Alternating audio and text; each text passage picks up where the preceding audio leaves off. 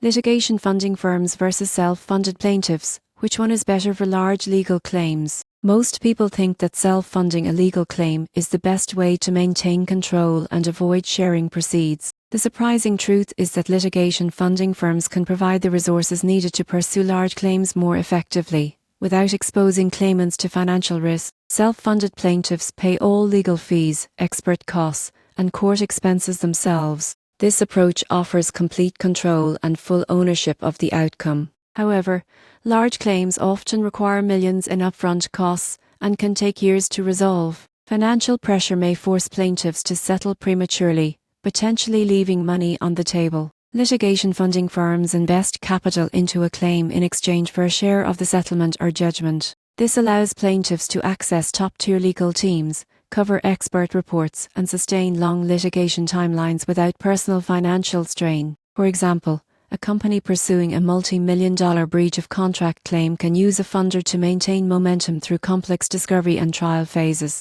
Funders also perform rigorous due diligence, increasing the likelihood that only meritorious cases proceed. The key difference is risk versus control. Self-funding keeps ownership but exposes the plaintiff to financial risk and operational pressure. Litigation funding mitigates risk and provides resources but requires sharing the eventual award. Many claimants find that the benefits of financial stability, strategic support, and access to high-quality legal teams outweigh the cost of funding fees. The takeaway is simple. For large, complex claims, litigation funding firms often enhance the chances of success while protecting plaintiffs from financial strain. The surprising truth is that sharing a portion of the award can actually increase net recovery by enabling a more robust legal strategy.